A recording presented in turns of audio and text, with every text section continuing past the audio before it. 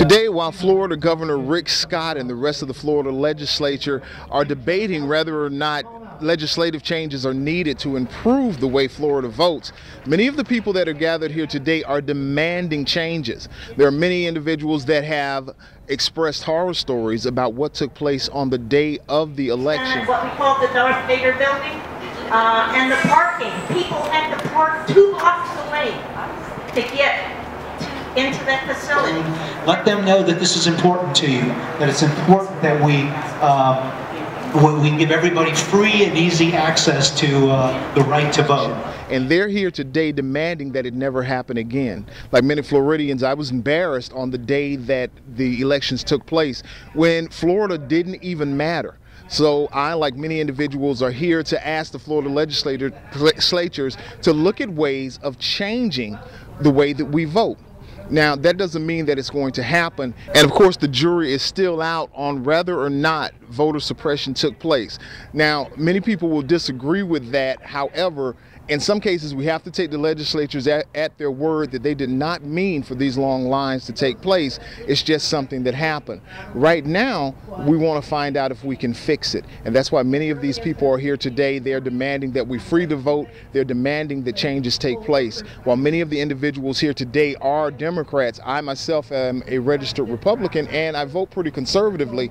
I also demand that the governor change what has taken place. So we're going to speak to a few people here this afternoon that are asking for change, and we're going to see if all of this is going to make a difference. Steve Hemping is a elected member of the Collier County Fire District. Yeah, East Naples. In East Naples. Yes. Now, why are you here today? I'm here to support our friends in Lee County, and we want to make sure our legislature gets the idea that changing laws to make it easier to vote is the right answer. So are you one of those that feel that voter suppression actually took place? Voter suppression actually did take place. Okay. I ran for office November election, 2012. I saw it firsthand, the number of the hours people waited in line. And I was there greeting a lot of them because I was running for fire commissioner. So it took a tremendous burden on a lot of folks. Do you attribute any of the long lines to the long ballot? Of course. It wasn't a simple mistake that those long amendments were written in so many words. That was a planned action to create exactly what happened, and that is the long lines and to suppress the vote. And how do you think the legislature can fix this problem? The legislature could fix it real easy by just going back to the way it was, you know, in 2010 and before. Okay. 14 days early voting, hours, 12 hours a day, being amenable to allowing everyone who wants to vote the right to vote and make sure they do vote. Okay, now let me ask you something. The Supreme Court has just heard oral arguments concerning the Voter Protection Act from the 1960s.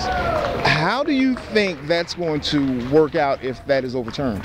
Well, I think that'd be a huge mistake. The people that are fighting to wipe that piece of legislation out are saying that the southern states, which is where the focus was initially in the 60s, don't need it anymore. Right. Well, to be honest with you, it's needed throughout the United States, and it's needed because of voter suppression, just like we saw in a number of states, including Florida, in 2012. So you feel if that is overturned, then we're going to see a lot more of this? I think so.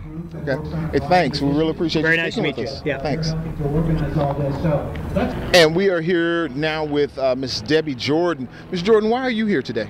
I am here because I ran for the last election, and waiting in line and being at the election office the entire time, I seen what people were going through.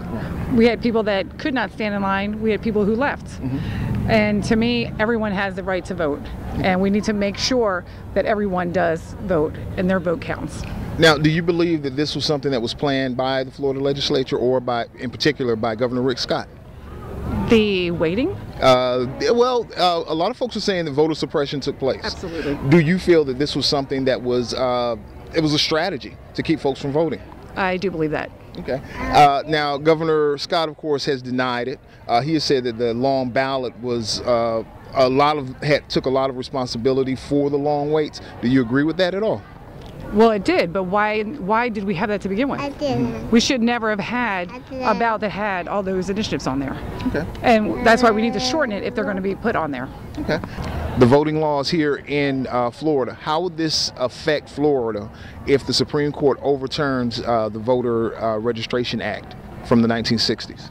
As far as bringing them back and being able to vote? Well, they, in particular, Amendment 5 of that, Section 5 of that legislation, where it gave the federal government the ability to come into southern states and the southern states had to put in writing what they wanted to do, and it had to be approved by the federal government if they wanted to make changes to the way that we vote. So if that is overturned, do you feel that'll have a major impact here in Florida? Yes, I do. I believe we need to make sure that we bring things back where everyone can get out there and vote. So it is really important to us. Okay. And that's why we're all out here standing here, and everybody else is doing the same thing. Right. Okay. Do you know how many other counties in Florida are doing this? I do not know off the top of my head. I know there's many. Okay. And this is an important issue. It's very important for myself, for my grandkids, for my family, just for the community in itself. Okay. Well, thank you. We appreciate you speaking with us. Thank you very much. Thanks.